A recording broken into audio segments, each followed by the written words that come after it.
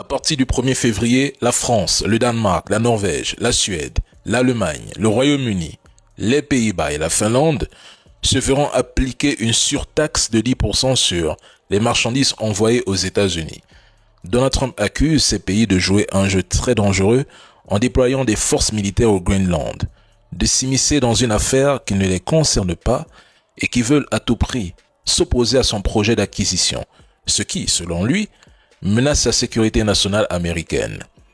Il réaffirme que les États-Unis obtiendront le Groenland d'une manière ou d'une autre. Ceux qui prétendent que ces tarifs ne feront souffrir que l'économie américaine se trompent sur les faits. Les tarifs douaniers sont un outil de négociation asymétrique. Ils augmentent les prix pour les consommateurs américains, potentiellement de 10-25% sur les importations européennes comme les voitures allemandes, le fromage français ou les produits pharmaceutiques danois, ce qui pourrait coûter jusqu'à 0,5% du PIB américain à court terme, selon des estimations passées sur des mesures similaires. Mais il frappe plus durement les économies européennes ciblées qui dépendent des exportations vers les États-Unis représentant environ 15-20% de leurs échanges pour des pays comme l'Allemagne ou les Pays-Bas.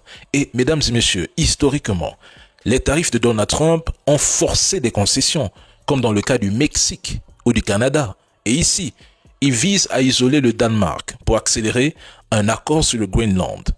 Si les Européens ripostent avec des contre-tarifs, et c'est probable vu les réactions de l'Union européenne, cela créerait une guerre commerciale mutuellement destructrice. Mais Donald Trump parie que l'Europe cédera d'abord en raison de sa fragmentation.